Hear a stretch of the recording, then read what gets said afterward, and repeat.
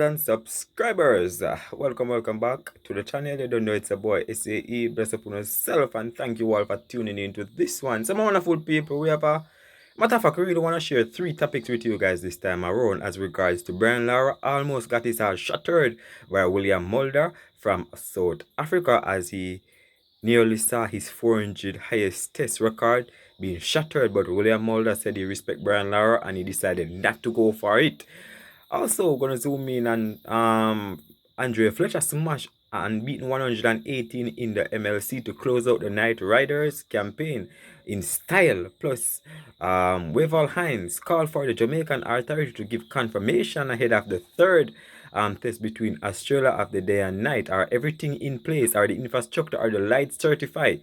Yes, my people is asking the government to give update to the Jamaican public. Or should I say the cricketing fans who are eagerly expecting the third test to begin on July 12th. We're gonna fill in on all the details, man. But before we do so though, please go ahead and hit that subscribe button and turn on the post notification bell to be the first to alerted whenever a new video is uploaded. And don't forget to drop a like and leave your comments down below.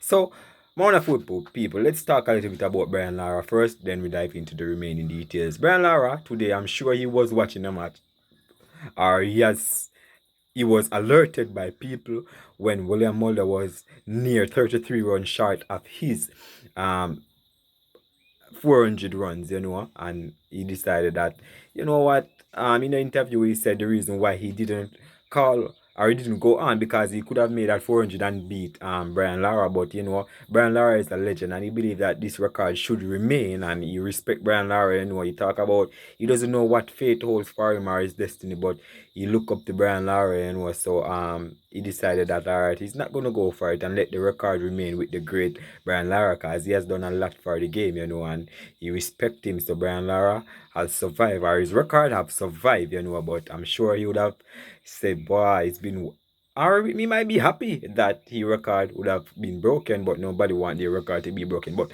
hypothetically speaking though, but I think he would have feel a certain way if his record was broken because he wouldn't hold the number one as the most scoring and innings by any test batter. But congrats to William Mulder. I think he played well for South Africa.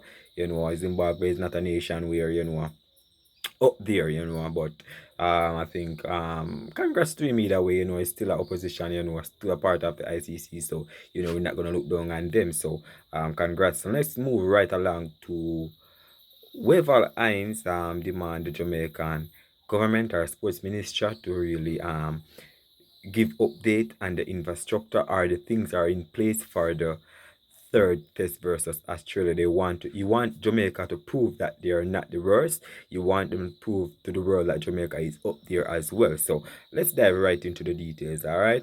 Hinds calls for confirmation of Sabina Park readiness ahead of test match. Some wonderful people. Jamaica opposition spokesman and sports Hinds is calling on the relevant authorities to confirm whether all systems are in place for the day and night test match between West Indies and Australia set to begin at Sabina Park on Friday, July 12th, 2025. Hinds, in a statement on Monday, said while the installation of lights at the venue is a welcome development and a step forward for cricket in Jamaica, reports suggesting that final approvals are still pending raise legitimate concerns about readiness. With just days to go before the first ball is bowled, the public deserves to know whether all infrastructure is fully operational, said Hinds. Have the lights passed all necessary tests and receive final certification? Is the electronic scoreboard functioning properly? Has the venue been inspected and cleared for night play by all relevant governing bodies? He questioned.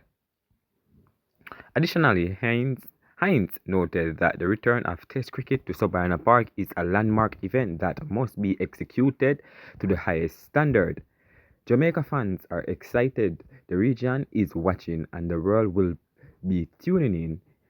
We cannot afford to have any technical or logistical setbacks. It is imperative that all systems, including lights, scoreboard, and other match-day infrastructure, and confirm and ready well in advance for the opening day, he said.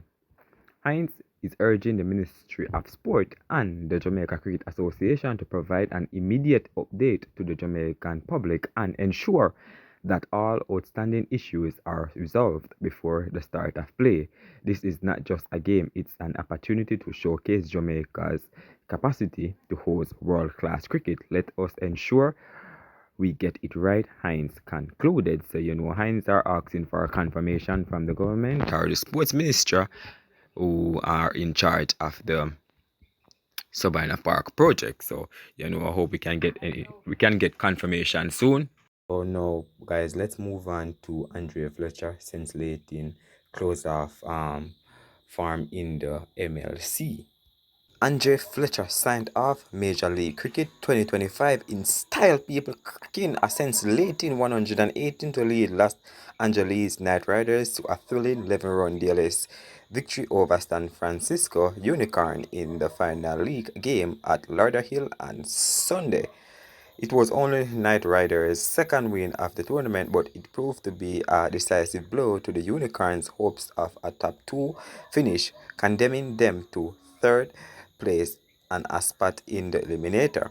Fletcher, who brought up his second century of the tournament, was at his brutal best, smashing his way to 118 of just 58 balls, laced with an array of punishing strokes that included multiple sixes and boundaries. He shared 2 vital partnership 94 run with Alex Hills, 58 of 26, and 97 with Sherfield Rutherford, who got 49 of 28, as the Knight Riders piled up a mammoth 243 for 3 in a rain-shortened 19-over innings. The carnage began early, people, with Knight Riders racing to 76 in the power play without losing a wicket. Hills, finding form at last after a lean stretch, was the early aggressor before Fletcher took full command. Once Hills departed, Fletcher and Rutherford maintained the pressure and the Unicorns attack, punishing anything loose and finding the boundary with relentless frequency.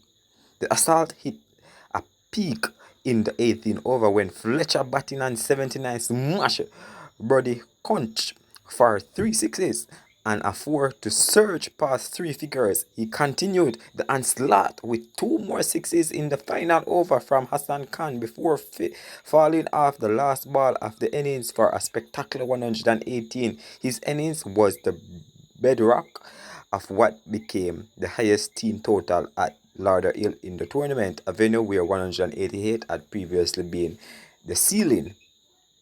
In response, the Unicorn launched a spirited chase.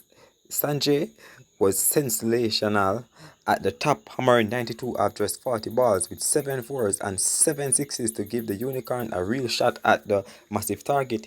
His blitz had the Unicorn needing 68 from the final 5 overs, but Jason Holder struck at a crucial blow, removing him Sanjay with the first ball of the 15 over to turn the tide, despite Xavier Bartlett's firework in the 16 over, including 3 sixes and a 4 of Carney Dry. The Unicorns fell short, ending on 233. The absence of Romar Shepherd, who injured his ankle early while attempting a boundary catch, proved costly as the batting effort ran out of steam in the closing stages. Karthik was the standout with the ball for the Knight Riders on his MLS debut, taking 3 for 31 and breaking the back of the Unicorn top order. He removed Matthew Short and Jake Fraser McGirt in a pivotal second over after Dominic Drakes had earlier dismissed Finn Allen. For the Unicorns, people, it was a bitter end to the league phase. The last season them slipped to third on the table and into a do-or-die eliminator clash against Mumbai, New York. Meanwhile, Washington Freedom and Texas Super Kings, who finished in the top 2, will contest qualifier 1 with a direct spot in the final and the line as Fletcher and the Knight Riders. As for Fletcher and the Knight Riders, their campaign may be over, but the Grenadian power hitter ensured it ended and a note to remember, one that reshaped the playoff landscape in the process. So, people, that's a quick little recap of the summary of that match. Fletcher, congrats, and Rutherford as well.